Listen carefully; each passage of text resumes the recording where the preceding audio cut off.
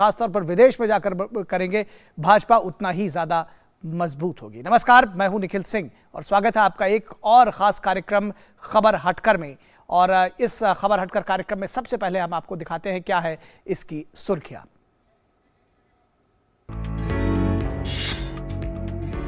अंतर्राष्ट्रीय canoeing para athlete पूजा ओझा बनी प्रेरणा स्रोत। पोलियो के कारण 80% विकलांग होने के बावजूद पैरा कैनोइंग में जीते 5 अंतर्राष्ट्रीय और 10 राष्ट्रीय पदक। अब पूजा की नजर है 2024 पैरालंपिक और एशियन गेम्स पर। जम्मू कश्मीर के युवाओं का सराहनीय कदम। राजस्थान के दौरान जरूरतमंदों को बांट रहे हैं राशन किट। टीम रेड नामक एनजीओ ने किया जरूरी सामान पहुंचाने का प्रबंध।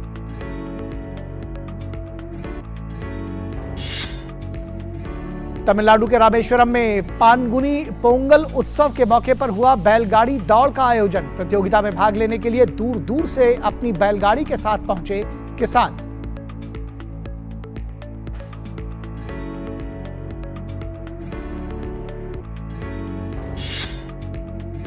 छत्तीसगढ़ में घुल रही जशपुर के चाय की महक।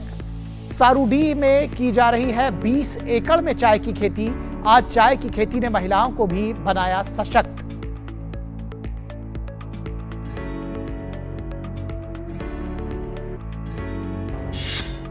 सलमान खान की बहुप्रतीक्षित फिल्म किसी का भाई किसी की जान का ट्रेलर आया सामने। ईद के मौके पर 21 अप्रैल को रिलीज होगी फिल्म।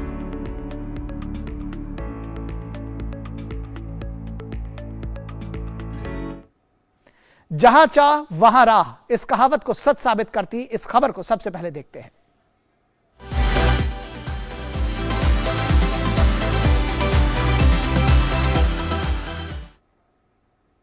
कहते हैं कि अगर मन में कोई बात ठान ली जाए और मेहनत और लगन के साथ उस काम पर जुट जाए तो सफलता स्वयं चलकर कदमों में आ जाती है और बड़ी से बड़ी रुकावटें भी सफलता की सीढ़ियां बन जाती हैं। इसका उदाहरण देखा है मध्य प्रदेश के भिंड की रहने वाली पूजा ओझा ने। पूजा ने पोलियो के कारण 80% विकलांग होने के बावजूद पैरा कैनोइंग में 5 अंतर्राष्ट्रीय पदक जीते हैं और प्रेरणा स्रोत बन गई हैं वो।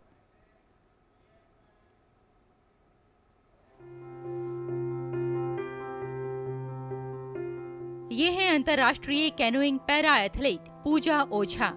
पूजा 10 महीने की थी जब इन्हें पोलियो हुआ था, जिसके कारण ये 80% विकलांग हो गयीं। लेकिन कुछ कर गुजरने का जज्बा था जिसने पूजा को सफलता की सीढ़ियां चढ़ने में इनकी सहायता की। आज अपनी मेहनत और लगन से पूजा पैरा कैनोइंग के क्षेत्र में एक बड़ा नाम बन चुकी हैं। पूजा 2017 में इस खेल से जुड़ी थी। इतने कम समय में ही इन्होंने पैरा कैनोइंग में 5 अंतर्राष्ट्रीय और 10 राष्ट्रीय पदक जीतकर साबित कर दिया कि वे किस स्तर की खिलाड़ी हैं। इन्हें एशियाई चैंपियनशिप के लिए भी चुना गया। 36 साल की आयु में ये उपलब्धि अर्जित कर अन्य खिलाड़ियों की प्रेरणा स्रोत बन गई हैं। मैं भिंड जिले से हूँ, तो 2017 में पहली बार ये भिंड में हुआ था, तभी मैंने इसको ज्वाइन किया था। और 2017 में मैं सबसे पहले भोपाल आई थी। मैंने पहला नेशनल खेला था, यहीं से मेरा एशियन चैंपियनशिप के लिए सिलेक्शन हुआ था और मैंने एशियन चैंपियनशिप में सबसे पहले रजत पदक जीता था मयंक सर के मार्गदर्शन में। कनाडा में आयोजित world cup para canoe championship में देश के लिए रजत पदक जीतने वाली पूजा ओझा अब 2024 पैरालंपिक और एशियन गेम्स की तैयारी में जुट गई हैं। उनके इस मिशन को सफल बनाने में भारतीय कयाकिंग एवं कैनोइंग एसोसिएशन IKCA ने सेंटे फंक्शनल फूड्स एंड न्यूट्रास्यूटिकल्स के साथ करार किया है। इसके तहत पूजा ओझा को पर्याप्त खेलों के लिए पौष्टिक आहार के साथ प्रशिक्षण के लिए 10,000 रुपए प्रति माह दिए जाएंगे, जिससे वो अपना ध्यान खेलों पर पूरी तरह केंद्रित कर सकें। पूजा भिंड की रहने वाली हैं और वहीं प्रशिक्षण प्राप्त कर रही हैं। भोपाल में आयोजित कैंप में शामिल होने के लिए वे समय समय पर भोपाल आती हैं। मैं भोपाल में ही हूँ, वैसे बेस्ड ही भोपाल हूँ और यहाँ पर पैरा कैनो का कोचिंग कैंप लगा हुआ है इंडियन कयाकिंग कैनोइंग फेडरेशन के माध्यम से, जिसके कोचिंग कैंप के बाद हमारी टीम उज्बेकिस्तान में एशियन चैंपियनशिप में पार्टिसिपेट करने जाएगी। इसमें हमारे 17 खिलाड़ी, 2 असिस्टेंट कोचेस और 1 मेश्योर और 1 फिजियोथेरेपिस्ट इस कैंप में भाग ले रहे हैं। और अपना 22 तारीख से हमारा टूर्नामेंट है उज्बेकिस्तान में, उसी की तैयारी में हम लगे हैं और हमारी उम्मीद है कि हम पदक कम से कम लेके। वर्ल्ड पैरा केनो की पदक विजेता पूजा ओझा पैरालंपिक और एशियन गेम्स की तैयारी में जुटी हैं। पूजा ने नेशनल चैंपियनशिप में कई गोल्ड मेडल जीते हैं और विश्व चैंपियनशिप के लिए क्वालिफाई करने वाली पहली भारतीय महिला पैरा एथलीट हैं। वे वर्तमान में दुनिया के शीर्ष 10 पैरा केनो खिलाड़ियों में शामिल हैं। Bureau report, DD news. और कुछ खबरें आपके शहर आपके गांव की।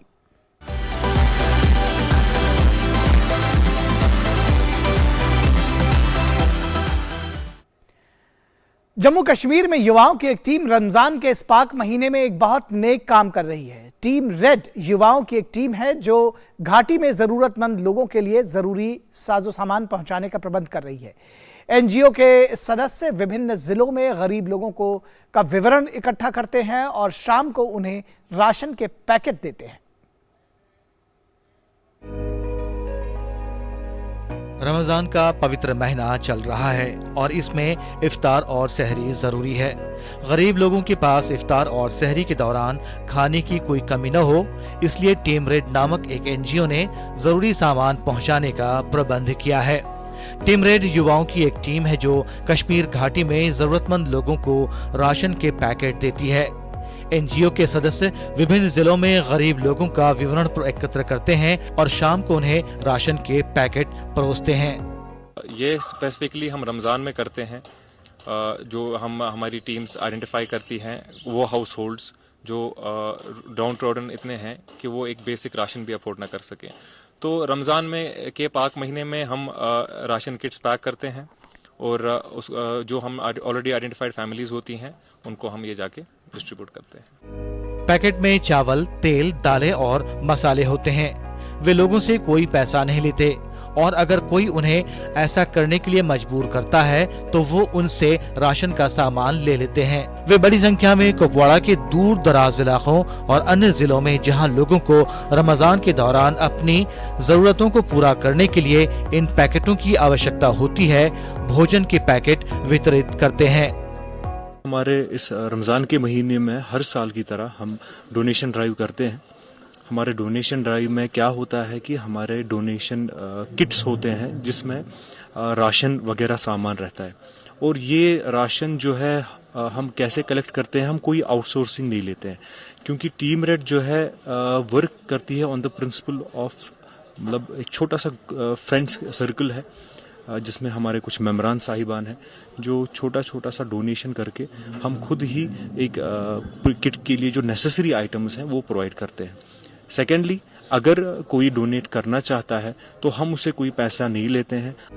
वे अपने दोस्तों और परिवारों से दान के रूप में राशन के पैकेट प्राप्त करते हैं और सभी वस्तुओं के साथ एक विशेष पैकेज बनाते हैं और शाम को इसे वितरित करते हैं और प्राप्तकर्ता का नाम गुप्त रखते हैं। इस रमजान के दौरान कई और युवा अब इस एनजीओ से जुड़कर लोगों की सेवा और दान कर रहे हैं। मैं कुपवाड़ा से बिलोंग करता हूँ। वहाँ पे मैंने बहुत बार देखा, इन्होंने बहुत ड्राइव्स की, इनिशिएटिव्स की, हेल्प्स की पीपल्स की, तो इस हिसाब से मैंने इनके साथ जुड़ने की कोशिश की और मैं इनसे जुड़ गया और बहुत ही अच्छा रहा। कुपवाड़ा का खासकर मैं आपको बोलूँगा कि चाहे वो वहाँ पे हायर रीच में जो भी इलाके हैं या प्लेन्स में कुपवाड़ा, वहाँ पे बहुत अच्छा रहा, ड्राइव्स रही और उसके साथ साथ लास्ट वीक भी वहाँ पे एक रमजान में डिस्ट्रीब्यूशन ड्राइव हुई और वो भी काफ़ी अच्छा रहा। लोगों ने कश्मीर में गरीब और जरूरतमंद लोगों की मदद करने के इन युवाओं के कदम की सराहना की। Bureau report, DD news. और अब वक्त है बदलती हुई तस्वीर देखने का।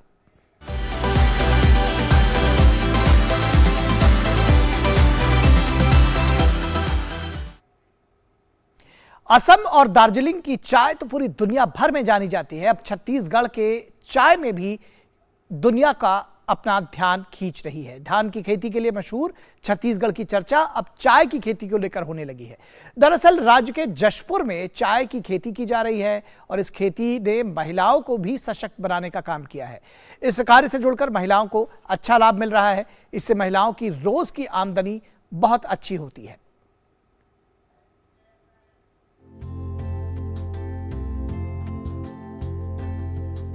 भारत के लगभग हर घर में आपको चाय के शौकीन आसानी से मिल जाएंगे। भारत में चाय का एक खास स्थान है। आपको कई घर ऐसे मिल जाएंगे जहां सुबह की शुरुआत चाय से होती है। भारत में आसाम और दक्षिण भारत के कई राज्यों में चाय की खेती होती है, लेकिन अब छत्तीसगढ़ के जशपुर में भी चाय की खेती की जा रही है। आज जशपुर के चाय की सुगंध से पूरा छत्तीसगढ़ महक रहा है। शासन प्रशासन की सहायता से जशपुर क्षेत्र की सहायता समूह की महिलाएं आज चाय की खेती कर रही है। इस चाय की खेती ने महिलाओं को सशक्त बनाने का भी काम किया है। वर्तमान में जो हमारी चाय की खेती हो रही है सारूडी के अंदर, तो वहाँ भी बहुत ही अच्छा हमें परिणाम देखने को मिल रहा है। तो वहाँ पे जो चाय हमारे पत्तियाँ होती हैं उसको तोड़ के प्रोसेस करके काफ़ी अच्छा दाम वहाँ के जो लोग हैं किसान उनको मिल रहा है। यहाँ का जो हमारा वातावरण है वो चाय की खेती के लिए बहुत ही अनुकूल है और जो महिलाएं हैं वो लगातार जो चाय के बागान है उसमें काम करती हैं। और जैसा आप जानते हो कि इसमें रोज़ पत्तियों को तोड़ना होता है, तो उससे उनकी डेली की आमदनी भी बहुत अच्छी होती है। तो जो हमारी महिलाएं उनका सशक्तिकरण बहुत अच्छा हो रहा है और जो समूह की महिलाएं हैं वो भी इस कार्य से जुड़ के काफ़ी अच्छा लाभ ले रही हैं। 2 स्वयं सहायता समूह की महिलाएं चाय की खेती करती है, जिसमें करीबन 20 महिलाएं हैं। इन महिलाओं में कई महिलाएं ऐसी भी है जो पढ़ी लिखी नहीं हैं और चाय की खेती करने से पहले वे अन्य काम करती थी। जशपुर का वातावरण चाय की खेती के लिए बहुत ही अनुकूल है। महिलाओं का इससे सशक्तिकरण बहुत अच्छा हो रहा है और समूह की जो महिलाएं हैं वो भी इस कार्य से जुड़कर बहुत अच्छा लाभ ले रही हैं। इससे महिलाओं को रोजाना आमदनी भी बहुत अच्छी हो जाती है। सर हम लोग यहाँ समूह में 2 समूह हैं, महिलाओं 20 जन हैं, 10-10 करके समूह बनाए हैं 2 समूह। पहले से बहुत आमदनी बढ़ी है। चाय की खेती को आगे बढ़ाने का पूरा प्रयास किया जा रहा है और वर्तमान में जो चाय की खेती हो रही है इससे काफी अच्छे दाम वहां के किसानों को भी मिल रहे हैं। इसके अलावा कुछ और जगह भी बनाई गई है ताकि किसानों को प्रोत्साहित किया जा सके।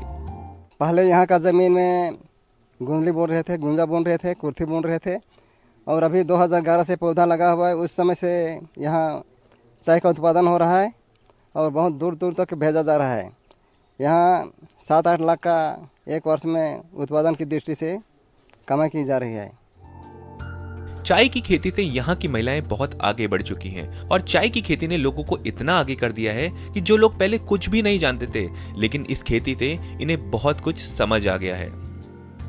यहाँ की महिलाएं बहुत आगे बढ़ चुकी हैं और ये चाय की खेती हम लोग को इतना आगे कर दिया है कि हम लोग पहले कुछ नहीं जानते थे, लेकिन अब बहुत कुछ जान चुके हैं। फॉरेस्ट वाले हम लोग को सहयोग किया शासन और बहुत खर्चा भी किया यहाँ पे हम लोगों के लिए और हम लोगों को बहुत आगे तक बढ़ाया। और मैं अभी शासन को धन्यवाद देना चाहती हूँ कि हम गरीब महिलाओं को आगे ले आया है। जशपुर के सारूडीह में 20 एकड़ में चाय की खेती आज की जा रही है। यहाँ की चाय ऑर्गेनिक है। इसमें रासायनिक खाद का उपयोग नहीं किया जाता, बल्कि खुद ऑर्गेनिक खाद का उपयोग किया जाता है। साथ ही अगर किसी पौधे में कीड़ा या अन्य बीमारी हो जाती है तो नेचुरल तरीके से स्प्रे बनाकर उसे पौधे में स्प्रे किया जाता है। Bureau report, DD news. और खेल खेल में क्या कुछ है अलग, आइए देखते हैं।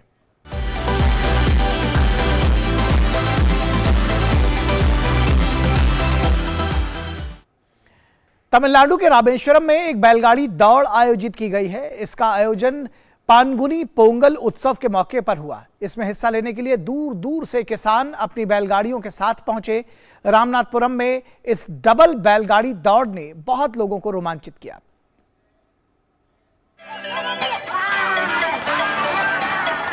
तमिलनाडु के रामेश्वरम में पाल्गुनी पोंगल उत्सव पर ये विशेष आयोजन लोगों के लिए आकर्षण का केंद्र बन गया। पांगुनी पोंगल उत्सव के अवसर पर रामनाथपुरम के श्री थोतीची अम्मन मंदिर में बैलगाड़ी दौड़ का आयोजन देखते ही बनता था। ये बैलगाड़ी दौड़ प्रतियोगिता 2 श्रेणियों में आयोजित की गई, जिसमें छोटी बैलगाड़ी और बड़ी बैलगाड़ी के बीच डबल बैलगाड़ी दौड़ आयोजित की गई थी। इस प्रतियोगिता में रामनाथपुरम, शिवगंगई, थूथुकुड़ी, विरुधुनगर और मदुरै सहित विभिन्न जिलों के रेस प्रतिभागियों ने उत्साह पूर्वक भाग लिया। इस प्रतियोगिता में छोटी बैलगाड़ियों के लिए 10 मील और बड़ी बैलगाड़ियों के लिए 12 मील की दूरी तय की गई थी, जिसमें 18 बैलगाड़ियों ने भाग लिया था। बुल्स विजयी गोल की ओर बढ़े तो नजारा बड़ा दिलचस्प था। कुछ बैलगाड़ी रेसर के साथ सड़क से भाग गए और सड़क के किनारे ओकर ट्री जंगल में चले गए, जैसे तैसे खिलाड़ी गाड़ी को लेकर सड़क पर आए और दौड़ शुरू की।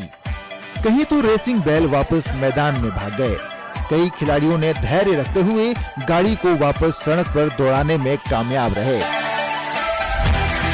इस प्रतियोगिता ने दर्शकों को खूब आनंदित किया।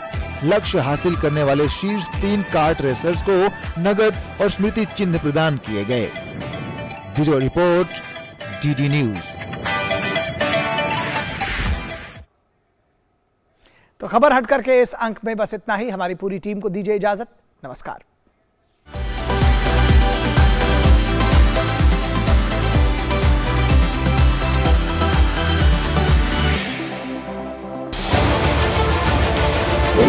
उत्तर से दक्षिण तक, पूर्व से पश्चिम तक, देश हो या दुनिया की खबर है तो पड़ताल जरूरी है।